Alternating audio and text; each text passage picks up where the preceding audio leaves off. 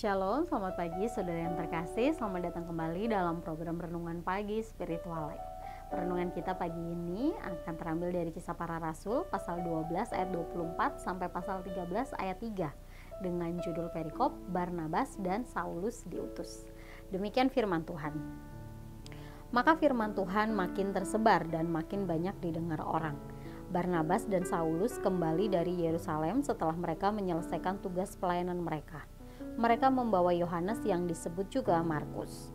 Pada waktu itu dalam jemaat di Antiokhia ada beberapa nabi dan pengajar, yaitu Barnabas dan Simeon yang disebut Niger, dan Lukius orang Kirene, dan Manahem yang diasuh bersama dengan raja wilayah Herodes, dan Saulus. Pada suatu hari ketika mereka beribadah kepada Tuhan dan berpuasa, berkatalah Roh Kudus, "Khususkanlah Barnabas dan Saulus bagiku untuk tugas yang telah kutentukan bagi mereka." Maka berpuasa dan berdoalah mereka, dan setelah meletakkan tangan ke atas kedua orang itu, mereka membiarkan keduanya pergi. Saudara, dalam perikop ini diceritakan mengenai kondisi orang percaya yang berada di Antiokhia. Antiokhia sendiri merupakan sebuah kota yang besar dan jumlah orang percaya di sana cukup banyak. Mereka semua tidak dapat berkumpul di satu tempat untuk beribadah dan mengikuti pengajaran. Oleh karena itu, mereka memerlukan banyak pengajar yang tinggal di tengah kumpulan jemaat untuk menyampaikan pesan Allah dan juga mengajar mereka.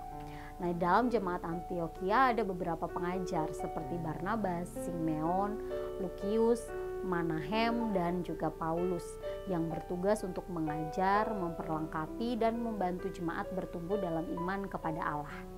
Nah, kemudian suatu hari ketika mereka sedang beribadah dan berpuasa, Roh Kudus mengutus Barnabas dan Paulus untuk memberitakan Injil kepada bangsa-bangsa lain.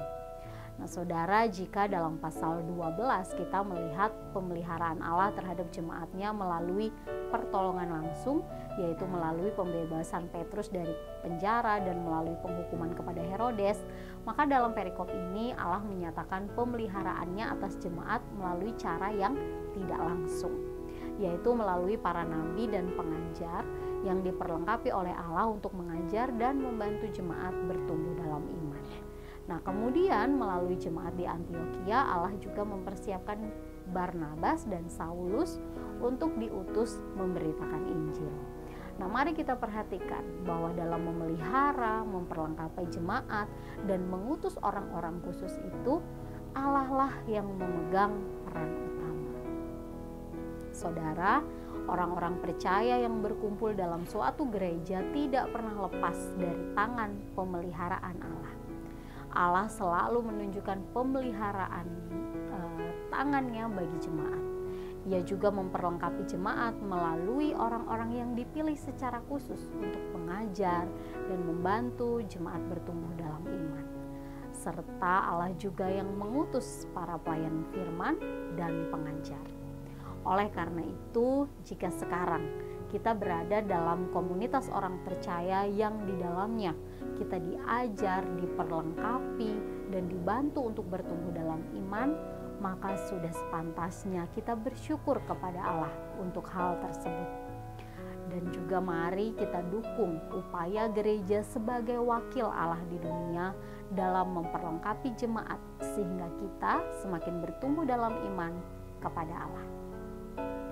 Saudara, marilah kita mengambil waktu sejenak untuk merenungkan firman Tuhan yang baru saja kita dengar. Saudara, apakah saudara sudah ikut ambil bagian dalam peranan gereja dalam mengajar dan memperlengkapi jemaat untuk bertumbuh dalam iman? Jika belum, maka mari kita mulai mengikuti semua sarana juga kegiatan yang diadakan oleh gereja dan kemudian mulai mendoakan hal tersebut. Mari berdoa agar Allah memberikan saudara kerinduan untuk mengambil bagian dari karya Allah di dalam gereja.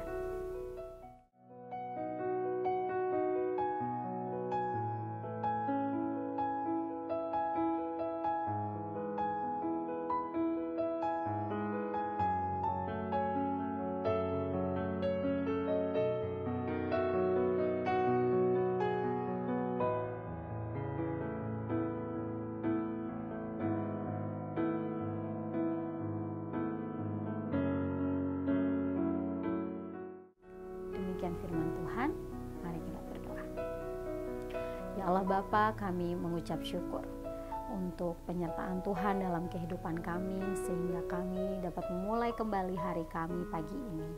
Tuhan, kami juga bersyukur untuk kebenaran firman yang sudah kami renungkan, yang terus mengajar kepada kami bahwa kami harus selalu memiliki kerinduan untuk terus bertumbuh di dalam iman kepada Engkau Tuhan.